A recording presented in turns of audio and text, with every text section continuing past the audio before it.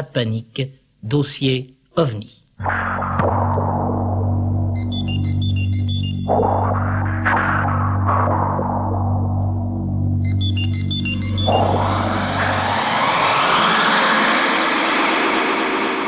Dossier OVNI. Jean-Claude Bourret, hier soir, nous avons eu connaissance du premier témoignage de ce dossier OVNI. Ce témoignage, c'était celui d'un astronome, c'est-à-dire d'un homme dont le métier, justement, est d'observer le ciel. Et c'est certainement la première fois qu'on entend un astronome dire « oui, j'ai vu un objet volant non identifié ». Mais cela se passait assez haut, entre 20 000 et 30 000 mètres, et il n'y avait en fait que deux témoins, cet astronome et son père. Alors, y a-t-il eu d'autres observations, des observations plus rapprochées, et des observations constatées par de plus nombreux témoins?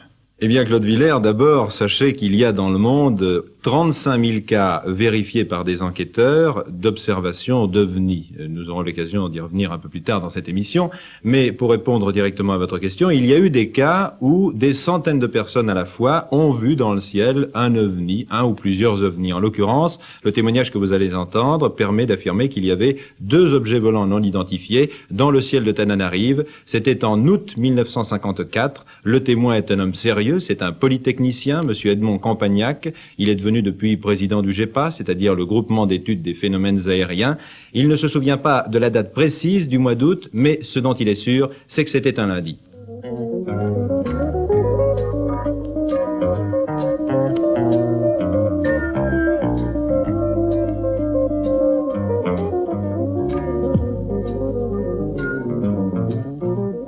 C'était un lundi. Il était 6h moins le quart de la soirée, on sortait donc des bureaux et nous étions donc rassemblés pour bavarder devant l'agence Air France en attendant la distribution du courrier du soir, avenue de la Libération qui est le centre de Tananarive. À un moment donné, un des amis nous désigna dans le ciel brusquement une espèce de grosse boule verte lumineuse, couleur éclat électrique, vert, qui tombait presque à la verticale, pratiquement, exactement comme une aérolite. L'engin, cette lueur disparut derrière les montagnes, et, ma foi, tout le monde pensa que c'était certainement une grosse aérolite qui venait de tomber. Quelques minutes après, 2 ou 3 minutes, deux ou trois personnes nous montrèrent une lueur verte également qui, ce coup-là, au lieu de tomber, venait à l'horizontale et survolait les collines près du palais de la Reine. Le diamètre apparent avait diminué et la vitesse était bien moins grande, évidemment, que lors de la chute verticale. Vous avez pu le détailler à ce moment-là? On a pensé que c'était une espèce de boule verte, quoi, on n'en savait rien, mais enfin c'était assez surprenant. Alors, cette boule a descendu ensuite à la hauteur des toits et a emprunté l'avenue de la Libération de l'autre côté de la rue par rapport à notre position. Et lorsque cette lueur verte est arrivée à notre hauteur, on s'est aperçu qu'en réalité, c'était un effet d'optique, que il y avait effectivement une espèce de lentille verte, vue par le travers, c'était donc une lentille, vous voyez, toujours gaz luminescent, vert électrique, qui se déplaçait à une grande allure, et derrière, à une trentaine de mètres, suivait, alors, je dirais un cigare, ça avait une forme de cigare, vous voyez, allongé, métallique. Le soleil se reflétait sur la surface et vraiment, on voyait que c'était quelque chose de métallique. Et derrière, plus loin, des espèces de flamèches rouges, oranges qui s'échappaient. D'après notre estimation, le cigare devait avoir entre 40 et 50 mètres de long et sa vitesse de déplacement devait être de l'ordre de 350 à 400, c'est-à-dire la vitesse d'un avion comme genre Constellation qui survolait Tananarive. Alors, chose curieuse, le silence s'était fait dans la ville, et tous les gens qui étaient dehors, il y en avait pas mal, étaient stupéfaits de voir un peu ce phénomène, tous déplacés dans un silence intégral. Pas de bruit. Et phénomène curieux que les gens avaient observé également, c'est que quand l'engin survolait un appartement ou magasin, les lumières électriques qui étaient allumées s'éteignaient, et quand l'engin était passé, ça se rallumait.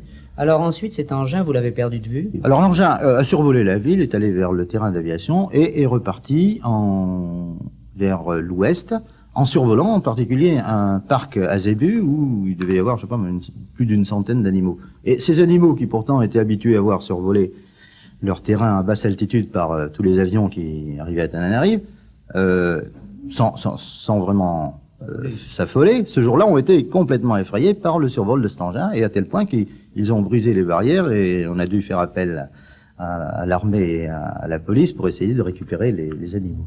Alors, est-ce que le polytechnicien peut expliquer ce phénomène? On a constaté que l'apparition de ces phénomènes était liée souvent à des phénomènes électromagnétiques qui pouvaient agir aussi bien sur des courants électriques que sur des moteurs à explosion, puisque souvent on a vu des voitures s'arrêter, que agir sur des hommes et des animaux. Et c'est ainsi que j'ai eu l'occasion de lire des rapports provenant de la gendarmerie nationale où il y a eu des cas où des engins posés à terre ont paralysé des gens à partir d'une certaine distance lorsque ceux-ci essayaient de s'approcher des engins. Pour ma part, après avoir étudié pendant plusieurs années ce genre de phénomène pour lequel je me suis passionné, je ne pense pas, à moins vraiment qu'il y ait une civilisation qui, sur Terre, existe dans un lieu bien secret et qui soit en avance technologique, je ne pense pas que ça soit d'origine terrestre. Ce seraient donc des gens venus d'ailleurs. Bah oui, moi je pense d'ailleurs que si vraiment dans l'univers il y avait que la Terre d'habiter, je me poserais d'autres problèmes.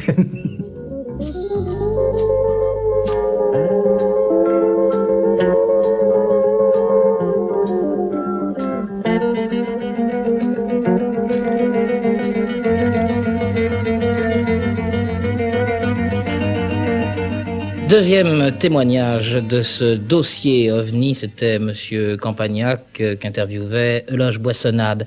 Et Monsieur Campagnac, donc, a vu des objets volants non identifiés à quelques mètres, à quelques centaines de mètres au-dessus de la ville de Tananarive, mais c'était en 1954. Vous n'avez pas dans vos archives quelque chose d'un peu plus proche de nous, Jean-Claude Bourré?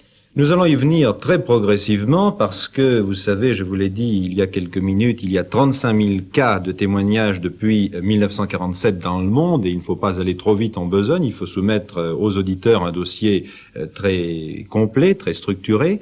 Nous allons rester en 1954 demain soir, nous allons rester au mois d'août 1954, mais cette fois ce sera en France, ce sera près de Reims, et il est arrivé à monsieur Villeneuve de Gentil une aventure qu'il n'est pas prêt d'oublier, lui non plus. Il roulait en voiture et à plusieurs reprises il a été pris sous ce qu'il croyait être un faisceau de projecteurs, et c'était un objet volant non identifié.